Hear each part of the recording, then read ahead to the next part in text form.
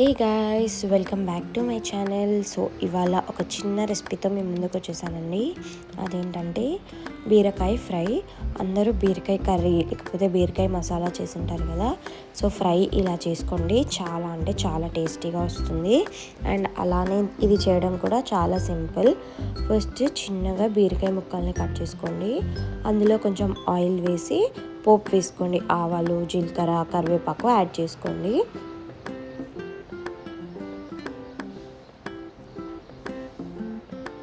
So బీరకాయ అంటే ఇష్టం లేని వాళ్ళు కూడా ఇట్టే తినేస్తారండి, అంత టేస్టీగా ఉంటుంది.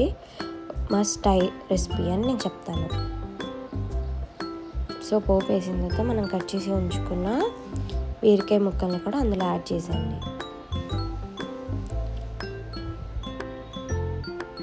బీరకాయ కట్ చేసేటప్పుడు చేదు ఉందో లేదో చూసుకోవాలండి, లేకపోతే కర్రీ అంతా పాడైపోతుంది. అలానే అందులో కొంచెం పసుపు యాడ్ చేయండి.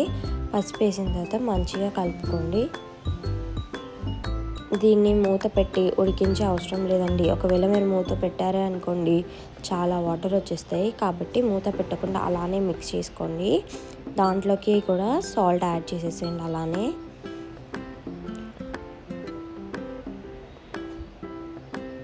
సో ఒకసారి ఉడికిందో లేదో ఒకసారి చూడండి, హ్యాండ్ తోటి మీకు అర్థమైపోతుంది. నేనైతే కొంచెం పొట్టు అలానే ఉంచడం వల్ల కొంచెం టైం పట్టింది, అయినా పర్వాలేదండి. ఇంకొక 2 minutes ఉడికిద్దాం.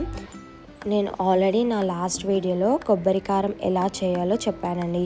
ఒకవేళ ఆ వీడియో చూడకపోతే ఆ వీడియో చూసేయండి. అదే కొబ్బరి కారాన్ని నేను ఇక్కడ యూజ్ చేస్తున్నా. ఆ కొబ్బరి కారం వేయడం వల్ల చాలా టేస్టీగా ఉంటుంది. ఇంకా దీంట్లోకి ఏమీ కారం అవసరం లేదండి, ఎందుకంటే కొబ్బరి కారంలోనే కారం ఉంటుంది కాబట్టి. ఆ కొబ్బరి కారం ఎలా చేయాలో నేను లాస్ట్ వీడియోలో చెప్పాను. ఒకవేళ చూడకపోతే వెళ్ళి చూసేయండి. ఇప్పుడే మన బీరకాయ ఫ్రై రెడీ అయిపోయిందండి. స్టవ్ బంద్ చేశాక దాంట్లోకి 1 స్పూను, లేకపోతే మీకు కొంచెం ఎక్కువ కావాలి అంటే 1.5 స్పూను దాంట్లోకి పుట్నాల పొడి యాడ్ చేసుకోండి. పుట్నాల పొడి యాడ్ చేసుకొని బాగా మిక్స్ చేసుకోండి. మీ దగ్గర అవైలబుల్ ఉంటే కొత్తిమీర వేసుకోవచ్చండి, లేదంటే కొత్తిమీర వేసుకోవాల్సిన అవసరం లేదు. ఇలానే చాలా అంటే చాలా టేస్టీగా ఉంటుంది. మన కర్రీ అయితే రెడీ అయిపోయిందండి. చూసారా, ఎప్పుడు కర్రీ మసాలా కర్రీ లేకపోతే పెసరపప్పు లేకపోతే బీరకాయ పాలు వేసి చేసుకోకుండా ఇలా ఒక్కసారి రెసిపీని ట్రై చేయండి, మీ అందరికీ చాలా నచ్చుతుంది.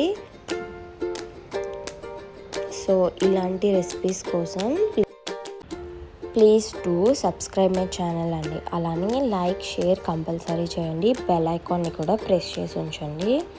సో ఇది చపాతీలోకైనా వైట్ రైస్లోకైనా ది బెస్ట్ కాంబినేషన్ అని చెప్పొచ్చు. సో నేను దీన్ని రైస్తో పేరప్ చేస్తున్నాను, ది బెస్ట్ అనిపించింది. మీరు కూడా ఒకసారి రెసిపీని ట్రై చేసి ఎలా వచ్చిందో కామెంట్ బాక్స్లో చెప్పేయండి. ఇంకా ఏమైనా డౌట్స్ ఉంటే కామెంట్స్లో అడిగేయండి. నెక్స్ట్ ఏ రెసిపీ చేయాలో కూడా మీరు నా కామెంట్స్లో చెప్తే నేను ఆ రెసిపీ చేస్తానండి. Thank you for watching my channel. Me support ఎప్పుడు నన్ను బూస్టప్ చేస్తుందండి.